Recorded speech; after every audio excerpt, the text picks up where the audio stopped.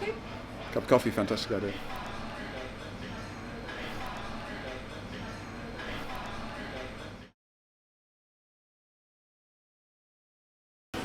One of the principles of a yoga practice is take us into the place of realizing. That means that realizing is not a cognitive understanding.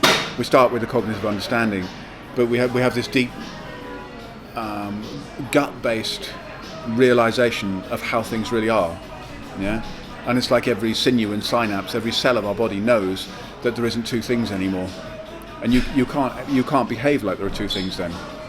You've got to have a different way of behaving, and one of the principles of yoga is to get that, if you like. It's why we practice, really. So bringing the physical aspects of practice back to its roots in terms of Yoga-Tantra, and understanding how they are part of that non-dual vision, which is a teaching for our times. It's said to be the teaching for the Kali Yuga. And the Kali Yuga is very simply the time when the only things that are recognized as valuable in the common culture are money and force. And in the Kali Yuga, then the only spiritual practice that's taught from that perspective is Tantra. And so this Yoga Tantra, this way of understanding things, does include practices of the body, practices of the mind, the kind of stuff that you'll find in engaged yoga. Tantra had a specific meaning in relationship to Sutra, which is the precursor practices for Tantra. The foundation for Tantra is Sutra.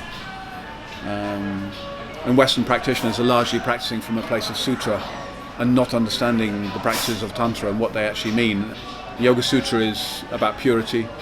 It's about focusing the mind. It's about training your mind so that you can sustain your attention on one thing for a long period of time. Whereas Yoga-Tantra comes from the base of recognition that there's no inherent existence to anything. So if you focus and look into anything enough, if you look deeply into anything, you'll finally realize there's nothing there that is of itself anything. Yeah? And when you look into yourself, into your own body and into your own heart, and you find nothing there that's separate from anything else, you've done the job of Sutra. Yeah? But then you have to live it. And Yoga Tantra is how do you live in the world, making money, in business, with children, growing stuff in the garden, whatever you have to do in your life. How do you live in that kind of way? Because living the sutric way of trying to be pure, it doesn't work. You can't do it. You've got to do something else. So the Yoga Tantra vision starts off with the understanding, basically, there is no purity. Purity is a relative position.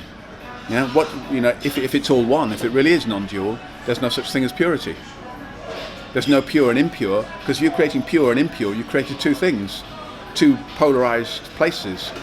And all purity is a relative viewpoint. So from my limited perspective, this feels like impurity to me. Yeah? Fair play, I'd accept that. But to describe it as pure and impure and create a whole world system or cosmic structure around that is, from the tantric vision, quite juvenile.